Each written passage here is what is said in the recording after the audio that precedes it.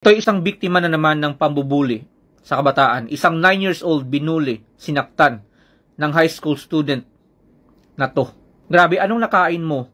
Bakit mo pinatulan ang mas bata sa'yo?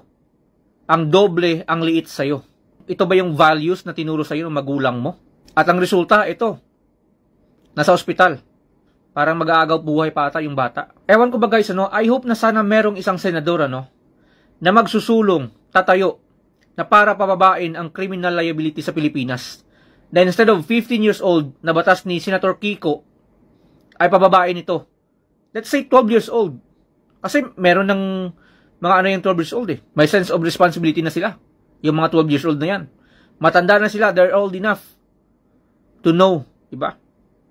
The consequences of their action. Naalala ko dati, parang meron nag-amenda niyan eh. During the Duterte's term. Ewan ko nga lang bakit hindi natuloy. Pero sana ngayon, di ba?